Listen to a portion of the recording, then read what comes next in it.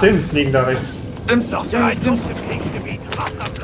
Da, links neben der Mauer, Da, links. Da, links neben der Stopp, Tasche. rechts. Da, Ja, links, da, gerade links. Nico, Bro, rechts. Nico, da. Geht so links hinten, ja genau. Du hast noch eins, Demo, du hast noch eine Kiste. Und geh nach rechts zur Munibox, ja. Da links, zur Hauptmunibox, zur normalen Munibox, die unten ist. Ja! Ja! Mann, ich war... Nico, Alter! Ja, ey. Ich kann das alles nicht Oh, mehr. Digga, ey. Oh, mein Herz. Freunde, ich hoffe, ihr hattet genauso viel Spaß wie wir. Ich muss dazu sagen, Nico Stims haben uns schon in Ranked mindestens 5 Siege geschenkt. Heute geht es wieder um wertvolle Tipps und Tricks für mehr Erfolg auf Reverse Ranked. Viel Spaß! Die Battlefield 6 ist jetzt leider vorbei und ihr fragt euch sicherlich auch, oh Gott, wie soll ich die Zeit bis zum Release überbrücken? Call of Duty macht nicht mehr so richtig Spaß. Wenn was Spaß macht, dann ist es Ranked mit dem richtigen Team. Und heute soll es darum gehen, anhand meines eigenen Gameplays, wie ihr in Schwitzer-Lobbys, beziehungsweise ja auch leider zu vielen Hackers in den Lobbys, es trotzdem schafft, vielleicht Crimson oder Dia 3 zu erreichen. Viel Spaß. So Freunde, wir gehen rein in eine Reburst Ranked-Runde von meinem festen Team, mit dem ich regelmäßig spiele, und mir. Und es soll heute um wesentliche Punkte gehen. Und zwar das Wichtigste für Team Ranked ist Teamplay, Informationen, Positioning, die richtigen Kurzzeitentscheidungen, besonders als IGL, und die richtige allgemeine Strategie, die man angeht. Und darum geht es im Wesentlichen. Und natürlich viele Tipps. Und ich muss kurz direkt wieder stoppen, weil ich euch ein paar wichtige Informationen mitgeben möchte. Ich bin hier in dem Falle der Ingame-Leader und hier unten ist mein First und Second Fragger. First und Second. Und unsere Strategie, ich habe ja gerade gesagt, Strategie ist ein sehr wichtiger Punkt, ist, dass wir entweder Living oder Stronghold landen, ein bisschen abhängig davon, wie die Zone ist und wie viel bei uns mitlandet. Und sie landen straight auf möglichst schnellem Wege auf Green. Und ich ziehe sofort den Fallschirm und sage an, okay, Control landet wie immer was. Und es landet, hier ist es glaube ich auf Right und Red oder Yellow, weiß ich nicht mehr genau, kann ich gerade nicht genau sehen. Ich sage das aber sofort an, bei euch ist frei, Green ist frei, links von euch in den Häusern landet was. Ich sehe auch gleichzeitig, dass hier nichts landet, weil das ist nämlich mein Spot, wo ich landen möchte, damit ich in Ruhe looten kann. Auch hier konnte ich nochmal genau sehen, wo genau sie landen. Und das call ich alles in dem Moment auch. So, und meine Aufgabe ist es natürlich hier, nehmt das immer mit, habe ich schon mal ein Video drüber gemacht, das ist ein legaler Wallhack. Die Drohne hier unten ist ein legaler Wallhack. Meine Aufgabe ist es jetzt natürlich erstmal alles hier durchzulooten. Möglichst schnell, Thema Strategie, möglichst schnell und wirklich schnell an Loot zu kommen und meine Jungs zu supporten. Es gibt den First und den Second Fragger. Der First Fragger ist der als erstes reingeht, beziehungsweise es ist der den Ton angibt zwischen den beiden. So handhaben wir das. Und der Second Fragger versucht, den bestmöglichst zu unterstützen. Und der First Fragger gibt dann auch schon mal Calls an den Second Fragger, weil sie sind gerade in einer Situation, in der ich nicht bin. Also kann ich auch in dieser Situation nicht callen. Also ist er sozusagen da der Chef. Was hier passiert ist, der Second Fragger macht einen Knock und der First Fragger gibt dann kurz darauf den Call pushen. Also Druck machen, den Finisher holen und den anderen auch noch pushen. Weil sie hatten dort 2 gesehen. Und genau das passiert hier. Ich als Ingame-Leader versuche aus der Entferne irgendwie zu unterstützen und je nachdem Ansagen zu machen. Ich habe hier einen Sniper, ich kann gucken, was passiert. Sie haben den zweiten noch geholt, haben 2 Fracks in kurzer Zeit gemacht. Ich habe in der Zeit gelootet, ich habe schon $6.400. Thema Geldmanagement ist extrem wichtig. Ich habe jetzt $11.000, sagt jetzt an, dass ich jetzt kaufe. Ich kann auch alleine kaufen, ich muss noch nicht mal deren Geld abholen. Und drop das Richtung Green. Super Start. Und das ist es, worauf es ankommt. Ihr wollt einen möglichst guten Start. Ihr wollt super schnell, möglichst schnell an euer Lodi, weil Lodi ist ein enormer Vorteil. Wenn jetzt hier weitere Gegner um uns herum sind, ist die Wahrscheinlichkeit relativ hoch, dass wir schon Lodi haben, die nicht. Und das verschafft uns einen Riesenvorteil. Und ihr wisst ja, in meinen Videos geht es ja immer darum, im Prinzip, also in Shooter geht es ja immer darum, wie man sich einen Vorteil verschafft. Und das ist halt hier nochmal viel wichtiger. Man muss in Ranked einfach alles, da passiert einfach auch alles viel schneller. Die Kurzzeitentscheidungen muss man schneller treffen. Man muss die richtigen Entscheidungen schneller treffen. Man muss schneller moven, man muss schneller besser aimen. Alles passiert schneller, je höher man im Rang kommt. So, jetzt kommt die nächste Situation. Wir haben jetzt unser Lodi und versuchen natürlich jetzt unseren Vorteil zu nutzen. Wir wissen über die Drohne, es hat übrigens gerade einer von den zwei eine Drohne gefunden. Ich habe den Call gegeben, die auch sofort zu ziehen. Einfach damit wir in den Genuss kommen, sozusagen, unser Lodi zu nutzen, damit wir sehen auf dem Radar, wo ist was, und bei uns in unmittelbarer Nähe ist ja nichts. Wieder haben wir diese Situation. Die zwei sind vorne und ich als Ingame-Leader, auch wenn ich am Ende der Runde ganz gute Kills mache, ist es trotzdem nicht die Aufgabe, Kills zu machen, sondern meine Aufgabe ist es, den Jungs den Rücken frei zu halten. So, und jetzt sehen wir schon hier oben, die Drohne, die wir zuvor hatten, ist nicht mehr da. Und ich möchte denen aber Informationen geben und hier waren ja gerade viele Punkte zu sehen. Das ist der Grund, warum ich diese Drohne ziehe. Als Ingame-Leader nimmt die immer mit. Es ist ein enorm krasses Werkzeug, was total unterschätzt wird. Ich kann es immer wieder nur empfehlen. So, ich gucke bei mir gar nicht hin, weil ich hatte gerade auf dem Radar ja gesehen, dass bei mir in unmittelbarer Nähe nichts ist. Ich kann denen zwar jetzt hier ansagen, hier sind mindestens, das sieht nach einem Team aus, und das sieht nach einem zweiten Team aus. Ich habe in dem Moment gecallt, 2 Team Minimum, vielleicht sogar 3, also passt auf. Factory ist viel los. Ich gucke jetzt nochmal hinter mich, ob ich hier was sehe. So, und dann habe ich direkt die nächste Drohne geholt. Da kommt das Thema Merkfähigkeit, also Thema Game Sense ins Spiel. Das wird nachher noch sehr wichtig, aber ich möchte das nochmal erwähnen. Wieder, ich wusste, ich habe die eben gesehen, gehe jetzt also zurück und hole mir die. Dadurch, dass ich die jetzt genommen habe, habe ich die andere deaktiviert. Das war ein bisschen blöd. Hätte ich eigentlich mit warten müssen.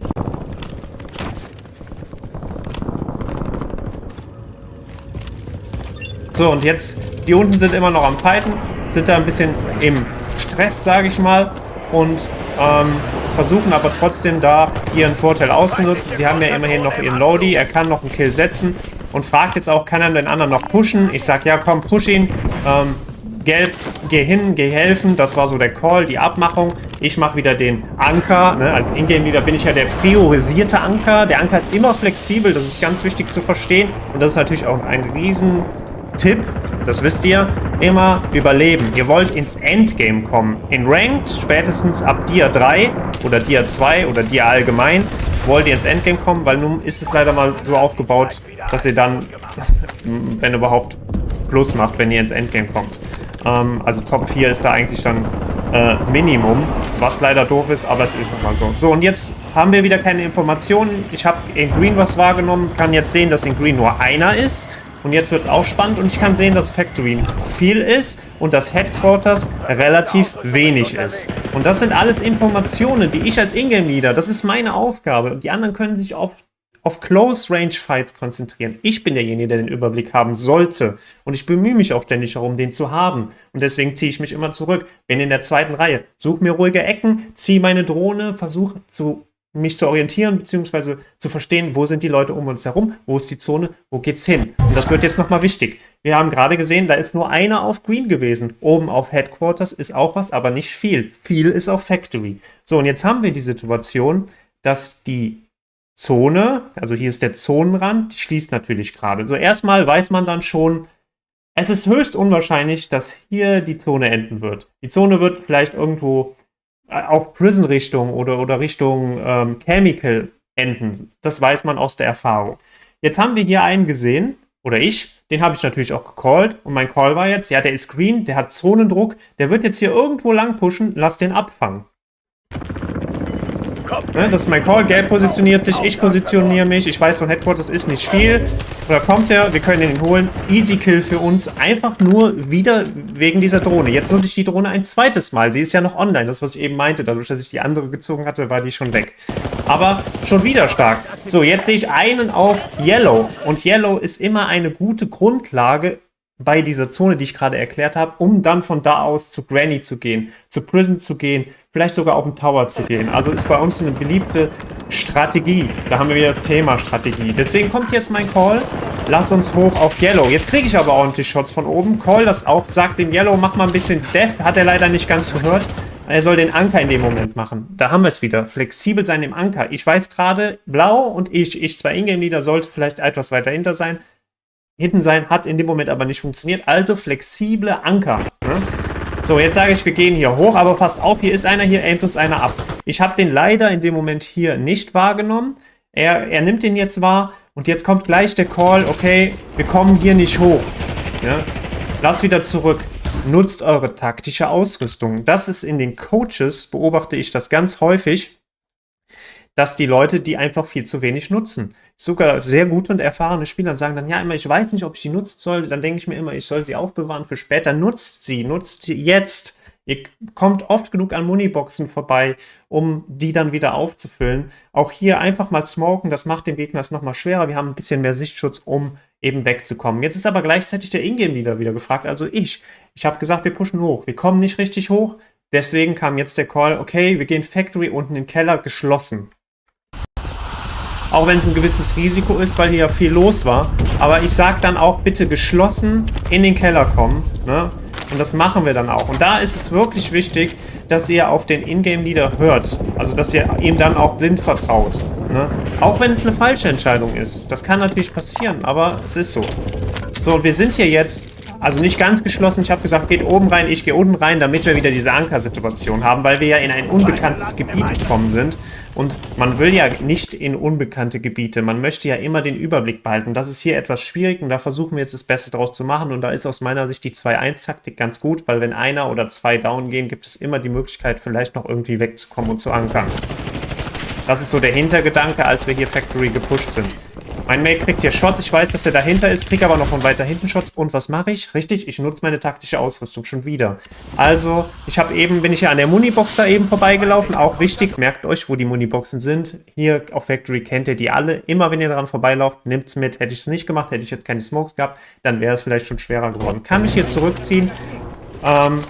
Blau ist down und jetzt geht es halt darum, wieder einen gewissen Überblick zu kriegen und direkt fülle ich meine wieder auf. Nach oben kann ich nicht, man hatte ja einen Cooldown, ich war da ja eben, also nutze ich meine, die ich da habe, meine Munitionsbox, jetzt habe ich das Wort gefunden und fülle wieder auf. Hab hier einen gesehen, call den natürlich sofort, wir werden hier gepusht, aber können das Ganze gut halten. Und wenn ihr jemanden gekillt habt, ist es natürlich, das wisst ihr, extrem wichtig, dass man aufs Radar guckt. So, und ich sehe hier direkt 2 Punkte, beide mit einem Pfeil nach oben, kann also den Call geben, der Rest ist über uns von dem Team, das habe ich in dem Moment auch gemacht. So, wir warten jetzt auf Massi, also unserem, der down war, und sagen ihm jetzt auch, komm, land bei uns, wir gehen hier das Risiko ein, auch wenn hier viel ist, nimm dir das Lodi und dann schauen wir, wie wir weitermachen. Wir nehmen jetzt hier oben das Obergeschoss ein und auch hier eine kurze, interessante Situation. Ich bin hoch, habe den Steppen hören, bin dann wieder zurück, habe dann gesehen, dass mein Mate kommt und bin natürlich dann auch wieder zurück, damit wir da ein 2 gegen 1 haben. Und ich war mir sicher, dass es nur einer ist und war mir auch relativ sicher, dass er so aggressiv pusht, weil er mich gehört hat, wie ich wieder zurückrenne und dachte sich wahrscheinlich, den slide ich jetzt zu Tode. Hat nicht funktioniert. Wir konnten ihn holen und haben hier wieder jemanden geholt, der ein Lodi hatte, haben also für unseren Kollegen sozusagen das Lodi vorbereitet. Jetzt ist so eine Situation. Wir wollen Schlussverkauf, ganz wichtig. Das ist ein wesentliches Thema der Strategie. Wir nutzen immer den Schlussverkauf und bei Zone 3, bei 1 Minute 7 ist der Schlussverkauf da. Der Plan hier ist gerade, hier so lange zu überleben, bis der Schlussverkauf da ist. Wir haben jetzt aber schon 20.000 $. Im Nachgang würde ich sagen, wir hätten jetzt schon mal eine Drohne ziehen sollen, was wir, glaube ich, auch nachher machen. Aber jetzt, ja, in dem Moment, einfach um noch einen besseren Überblick zu kriegen, machen wir hier, soweit ich weiß, jetzt nicht. Ich versuche jetzt hier wieder diese 2-1-Taktik anzuwenden. Ich sage, nehmt das Obergeschoss ein. Ich suche mir einen anderen Winkel, gehe hier mal hoch, um einfach so ein bisschen zu fühlen, wo ist denn überhaupt was. So, jetzt Steps von oben. Und wieder taktische Ausrüstung. Ich habe noch eine Smoke. Einfach nur, ich bin ja in der kompletten Nachteilsposition. Lass mich jetzt hier runterdroppen auf dieses kleine Dach und sehe, dass meine Mates komplett im Fight sind und denke mir so, fuck, wir haben überhaupt keinen Überblick, gerade ist eine schwere Situation. Und ich versuche jetzt einfach mal zu chillen und die machen zu lassen. Und die Fragger machen hier tolle Arbeit und ich bin hier so eine Art Joker. Die haben ja gefightet, unten gegen ein ganzes Team. Und ich war da, aber habe mich erstmal nicht gezeigt. Also konnte ich so eine Art Überraschungseffekt für mich beibehalten. Für so eine Situation wie jetzt musste den nur noch finishen und den Rest haben die gemacht. Aber das hätte vielleicht dadurch auch nochmal uns einen gewissen Vorteil geben können. So, jetzt haben wir diesen Fight auch gewonnen, haben die 2 sehr stark gemacht an der Stelle. Wir können uns nochmal voll looten und jetzt ist gleich, wie gesagt, der Schlussverkauf rückt immer näher, aber ich entscheide mich jetzt trotzdem dazu, soweit ich weiß, weil wir schon so viel Geld haben, schon mal eine Drohne zu kaufen und die auch zu ziehen. In dem Moment kommt hier einer runter, wir geraten wieder unter Stress. Und ich kann ihn aber knocken. Ja, und das ist natürlich auch dumm von dem Gegner gewesen, da jetzt rein zu pushen in der Situation. Also easy Kill für uns jetzt endlich, aber trotzdem bleibt es hier ziemlich unübersichtlich. Wir sehen, wie viele Punkte wir auf dem Radar haben. Und als Ingame-Leader wirklich, versucht immer aufs Radar zu gucken, versucht immer den Überblick, diesen Spielüberblick zu kriegen. Nur so könnt ihr vernünftige Calls geben, das ist extrem wichtig. Und auch hier wieder zur Munitionsbox, schon wieder, jetzt schon das 3. Mal Munitionsbox aufgefüllt. Jetzt Smoke ziehen, weil Schlussverkauf ist da. Nutzt den Schlussverkauf, kauft euch einen Orbi. Im Optimum habt ihr 2 bis 3 Mal in einer Runde einen Orbi gezogen. Orbi ist so stark, wirklich. Das ist absolut wichtig. Geldmanagement, Orbi, Drohnen. Ich habe ja eben gesagt, Strategie, Information. Jetzt werden wir hier aber schon wieder gepusht von links. Das callen wir natürlich auch. Wir haben auch den Überblick über die Drohne, die ich schon gezogen habe. Müssen jetzt kurz hier den Fight eingehen, setzen ihm Shots, damit er unter Druck gesetzt wird. Und können jetzt kann ich den Orbi durchziehen und jetzt habe ich die perfekten Informationen, die ich brauche. Ich weiß jetzt in Echtzeit, wo die Leute sind. Ist jetzt gerade ein bisschen zu schwer zu erkennen, aber hier sind, glaube ich, 1, 2, 3, ich glaube sogar 4 Leute und hier ist einer. So, jetzt kommt wieder der Moment des Ingame-Leaders. Einer von uns ist ja down gegangen. Also was macht man jetzt? Wir sehen auch, dass hier die Zone sich immer weiter schließt. Also das, was ich eben schon gecallt habe, dass sie irgendwo bei Prison enden wird, bewahrheitet sich jetzt also. Also was macht man jetzt? Mein Call ist jetzt eindeutig. Hier in dem Bereich ist ja nichts. Ja, in dem Bereich ist nichts. So, und ich habe eben schon mal gesagt, Richtung Yellow ist immer eine gute Strategie, da wollten wir ja eben schon hin. Das heißt, jetzt kommt der Call, ich laufe jetzt hier hoch und ich schreie meinen Mate in dem Moment auch an, hier kommt zurück, kommt zu mir, lass die da, ist egal. So, weil Zone kommt und wir pushen jetzt hoch Richtung Yellow. Wir nutzen jetzt also das Momentum und unseren Orbi, also das heißt die Informationen, um den richtigen Spielzug zu machen. Ja, es ist ja, Lion erkläre ich immer, es ist ein bisschen wie Schach. Und das machen wir jetzt hier. Und man sieht, Gelb konzentriert sich noch. Ich muss ihn hier ganz schön anschreien, dass er endlich kommt. Macht er dann aber auch. Jetzt landet hier noch einer auf dem Dach. Der hat voraussichtlich aber erstmal kurz keine Waffe. Das habe ich gecallt, das hier, pass auf Dach auf. Ne, deswegen gucke ich immer wieder zurück. Aber Call ganz eindeutig. Yellow und man sieht auch, dass höchstwahrscheinlich auf dem Tower einer ist. Ne? Der Pfeil links von uns, der ja auch über uns angezeigt wird. So, deswegen muss man da ein bisschen aufpassen, aber ich schaue in so Situationen ständig aufs Radar. Und jetzt ist hier ein bisschen mehr los, aber hier kommt was runter. Das kann man anhand der Bewegung des Pfeils auch wahrnehmen, der jetzt hier auf dem Dach gelandet ist.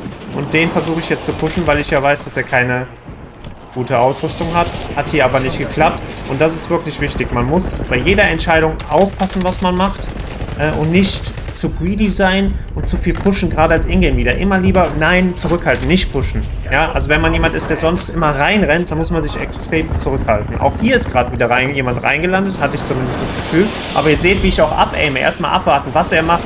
Ich nutze meine taktische Ausrüstung wieder und taste mich an den Kampf ran und push nicht blind einfach rein. Und kann ihn da tatsächlich überraschen und einfach holen.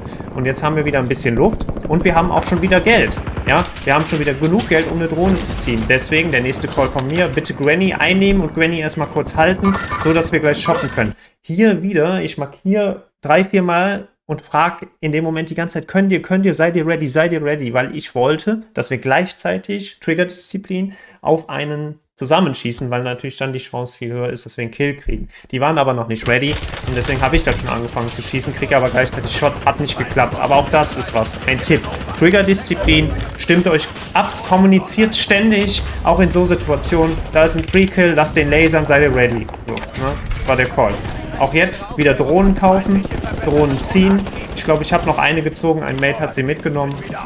Und jetzt kommt schon wieder der nächste Call vom Ingame-Leader, was halt wirklich so entscheidend ist in so Situationen. Viele würden jetzt sagen, boah, hier auf dem Dach sind welche, wir wissen, wo die sind, lassen die pushen. Nein, die Zone ist schon wieder in unserem Rücken. Sie wird uns sowieso nach hier treiben wollen. Hier bewahrheitet sich schon die Annahme von Anfang an. Und deswegen, und ich weiß, hier ist viel, hier sehe ich gerade gar nichts. Wo die hier jetzt alle sind, kann ich gerade nicht sagen. Aber auf jeden Fall hier rein, Richtung Prison und erstmal safe irgendwie positionieren, orientieren und von da aus dann den nächsten Fight aufbauen. Das ist mein Call in dem Moment. Ich sage, scheiß auf die über uns, wir gehen weiter. So, kriegen hier aber automatisch Stress, das kann natürlich passieren, war aber nicht geplant. So, wir unterstützen uns hier gegenseitig, einer droppt von oben runter, den kann ich holen. So, und ich gehe aber direkt in Deckung, er hat einen Self-Revive, beide sind down. Jetzt ist sehr wichtig, ich habe eine Smoke. Das ist mein Moment. Smoke, direkt gezogen. Ich wollte die eigentlich zu ihm droppen. Landet bei mir. Er kriegt das Self-Revive durch. Massi ist down. Aber erstmal okay. Wir können von hier aus weiter aufbauen. Schade nur, dass Massi kann jetzt nicht wieder einsteigen.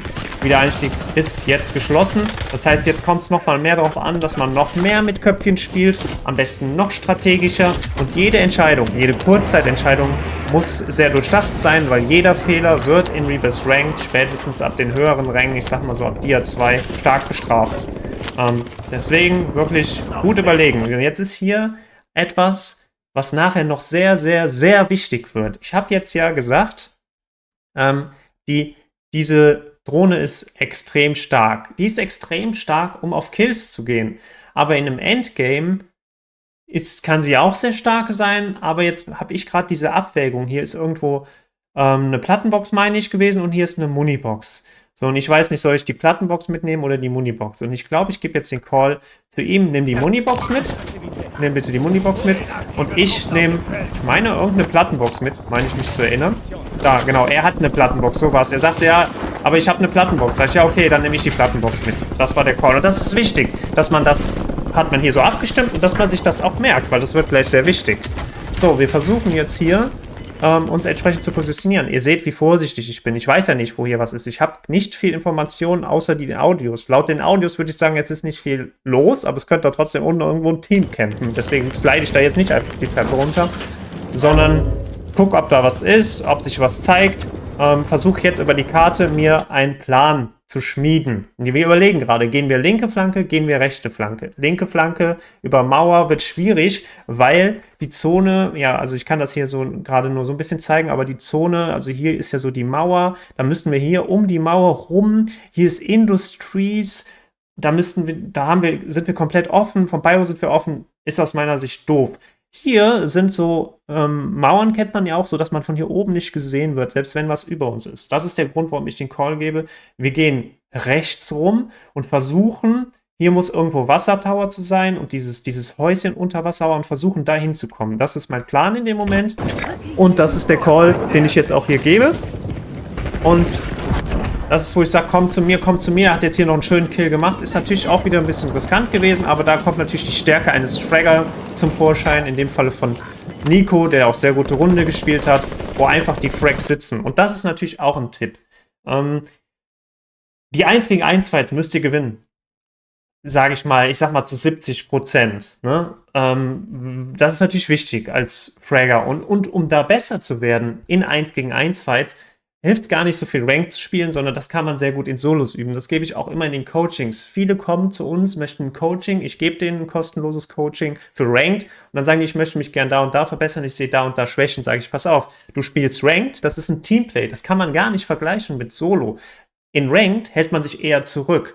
Da ist diese Situation, Close-Range-Fights, 1 oder 1 gegen 2, Outmoven-Geschichten, ja, krasses, schnelles Aim, krasse, schnelle Flicks, geile Moves, Repeaken, das ist alles Notfallsituationen. Das sind alles Situationen, in die willst du erst gar nicht kommen. Im Optimum hast du immer so den Überblick, dass du mit deinem Team oder auch als Solo immer im 1 gegen 1 Fight, im Worst Case oder im Best Case immer in Überzahl kämpfst. Deswegen ist es ja auch mit den Informationen so wichtig. Orbi, Drohnen, diese tragbaren Drohnen, damit schaffen wir diese Überzahlsituation.